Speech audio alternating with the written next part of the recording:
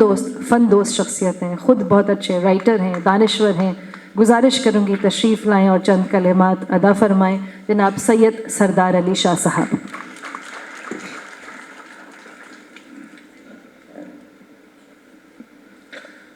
اب تو مجھ سے شاعر ہو گیا ہے تو مجھے بھی شاعری سے شروع کرنا پڑے گا. سلیقے سے ہواؤں میں جو خوشبو گھول سکتے ہیں، سلیقے سے ہواؤں میں جو خوشبو گھول سکتے ہیں، ابھی کچھ لوگ باقی ہے جو اردو بول سکتے ہیں.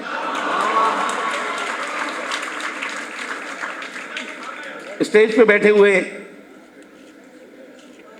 آنریبل چیف منسٹر مراد علی شاہ صاحب، ون مین آرمی امن شاہ صاحب، میرے بھائی ایڈمنسٹریٹر کراچی مرزا وہاب صاحب، اور سارے میرے اساتذہ جتنے بھی بیٹھے ہوئے ہیں، میں کن کن کے نام لوں. اور میرے سامنے بھی ایک بڑے حسین خوبصورت لوگوں کی کہکشاں ہے. سب کو میری طرف سے حق موجود.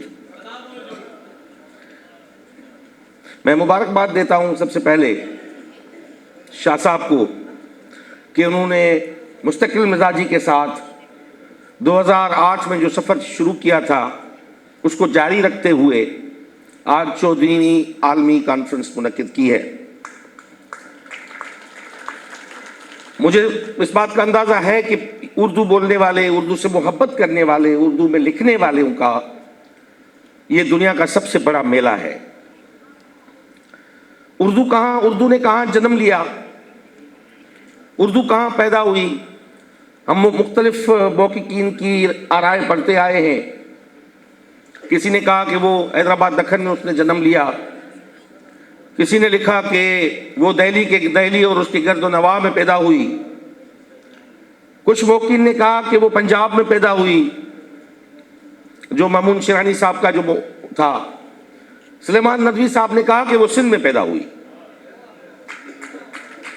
اب ہمیں پتہ نہیں ہے کہ اردو کی پیدائش کہاں ہوئی، مگر اتنا یقین ہے کہ بر صغیر کی جتنی بھی زبانیں ہیں، قومیتیں ہیں، ان کی بولنے والے زبانوں نے مل کے اردو کو جوڑا ہے.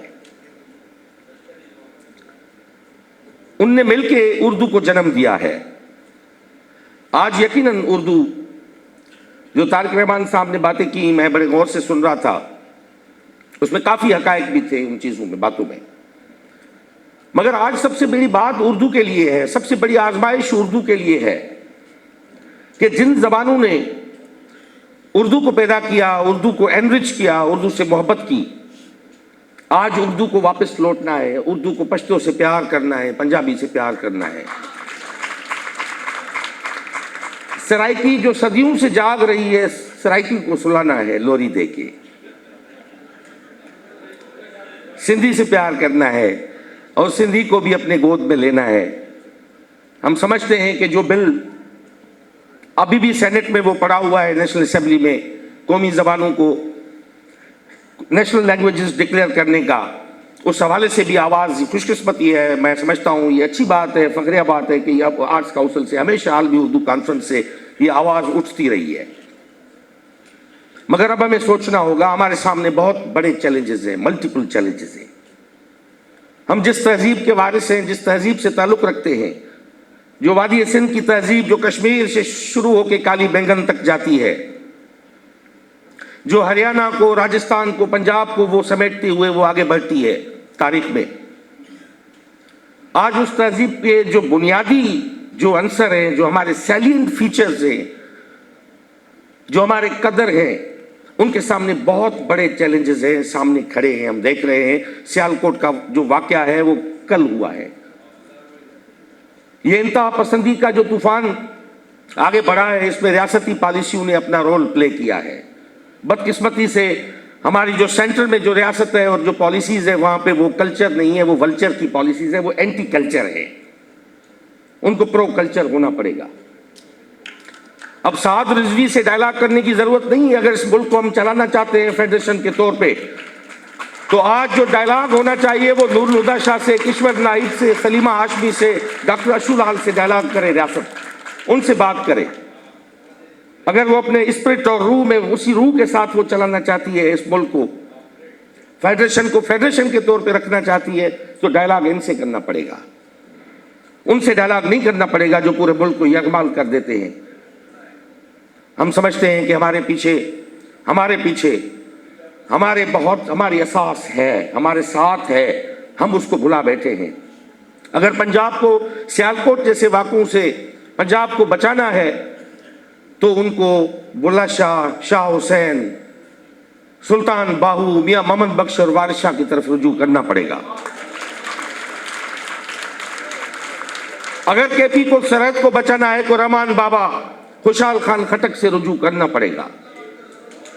اگر بلوچستان کو بچانا ہے تو جام درک اور مست توکلی سے رجوع کرنا پڑے گا. ہم سندھ آج بھی, مجھے خوشی ہے کہ سندھ آج بھی اپنی لینگویج کو پارٹیشن کے بعد, اپنی ماں بولی کو, اپنے کلچر کو, ثقافت کو ہم اب بھی اون کر کے کھڑے ہیں. یہ کل کا دن ہے, آپ نے دیکھا ہوگا کہ کراچی میں ہزاروں لوگ جو ہے کراچی پریس کلب کے نکل آئے تھے. ہم آج بھی بچا کے بیٹھے ہیں کیونکہ ہمیں کس نے بچایا ہے؟ ہمیں ریاست نے نہیں بچایا, ہمیں شاہ لطیف نے بچایا ہے, ہمیں سچل نے بچایا ہے, ہمیں شاہ عنایت جھوک والے نے بچایا ہے. کیونکہ وہاں پہ آج بھی شاہ لطیف کا عرس ہوتا ہے. مجھے بڑا دکھ ہوا تھا جب خواجہ غلام فرید کی برسی پہ میں گیا تھا وہاں پہ, تو پنجاب کا منسٹر میرے ساتھ بیٹھا ہوا ہے, مجھ سے پوچھ رہا ہے کہ ایک مجھے شعر تو بتا دو, کوئی بیت تو بتا دو. پنجاب کا کلچر منسٹر کہہ رہا ہے خواجہ غلام فرید کا مجھے کوئی بیت بتاؤ, میں تقریر میں پڑھوں گا. تو میں سمجھتا ہوں کہ اب ہمیں یہ ہمارے تعارف ہے, بنیادی جو ہمارے تعارف ہے, جن نے 900 سال تک ملائیت کے خلاف, انتہا پسندی کے خلاف جن نے جنگ لڑی ہے عملی طور پہ. دہلی کی ریاست میں مسلمان بیٹھے ہوئے تھے, مسلمان اقلیت میں ہوتے ہوئے بھی جنہوں نے جنگ لڑی ہے وہ مذہب نے نہیں لڑی ہے, وہ اس پلیورل انکلوسیو اپروچ نے لڑی ہے جو یہاں پہ صوفیوں نے قائم کی تھی, خواجہ اجمیر سے لے کے بٹ شاہ تک. اب ہم سب پہ تو یہ سوچنا ہے یہاں پہ کہ اردو کو اپنی جھولی وسیع کرنی پڑے گی, سب کو سمیٹنا پڑے گا. اگر اردو خود کو بچانا چاہتی ہے تو اردو کو سب کو لے کے چلنا پڑے گا. اس کو اب ماں کا رول پلے کرنا پڑے گا کہ اردو جوان ہو چکی ہے اس سے پہلے کہ بوڑھی ہو جائے. میں فقط آخر میں شیخ ایاز کی 4 لائنیں پڑھ کے آپ سے اجازت لوں گا. ہم نے جتنا بھی کام کیا ہے آج کاؤنسل میں, امن شاہ صاحب نے جو کچھ کام نے کسی پہ نہیں کیا تھوڑا, ہم نے کسی کا احسان کسی پہ نہیں کیا ہے. ہم سمجھتے ہیں ہم اپنی شناخت بچا رہے ہیں, ہم اپنی تہذیب بچا رہے ہیں, ہم اپنا اساس بچا رہے ہیں. ہم کسی پہ احسان نہیں کریں. سائی مراد Ali Shah always been at back, وہ ہمیشہ سپورٹیو رہا ہے. اگر شاہ لطیف کا آج مجسمہ, شاہ لطیف کو پڑ سے نکال کے ہم پڑ پہ لائے ہیں, اب کراڑ ڈنڈ میں شاہ لطیف کا مجسمہ ایسے کھڑا ہے جیسے کونیا میں رومی کا کھڑا ہے, تو اس کے پیچھے بھی وہ پلیورل انکلوسیو اپروچ شامل ہے, ورنہ یہ ممکن نہیں تھا.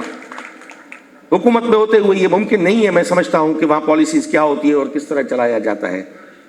مگر ہمارے پیچھے ذوالفقار علی بھٹو بھی کھڑا تھا, ہمارے پیچھے بےنظیر شہید بھی کھڑی ہے, تو ہم سب اس کے وہ جو پلیورل پیروکار ہیں وہ ہم آگے بڑھے اور آج اس جگہ پہ پہنچے ہیں کہ میں آپ کے سامنے سر کھڑا ہو کے میں آپ کے سامنے کہہ رہا ہوں کہ میرے دیداورو, میرے دانشورو, پاؤں زخمی سہی ڈگمگاتے چلو.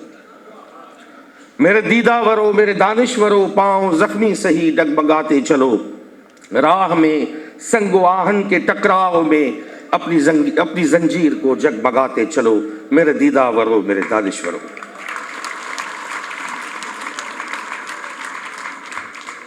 بہت بہت شکریہ جناب سید سردار علی شاہ صاحب, وزیر برائے ثقافت, سیاحت اور تعلیم, حکومت سندھ. میں اب دستبستہ گزارش کروں گی آج کے اس افتتاحی اجلاس کے مہمان خصوصی محترم سید مراد علی شاہ صاحب, چیف منسٹر سندھ, تشریف لائیں اور اظہار خیال فرمائیں.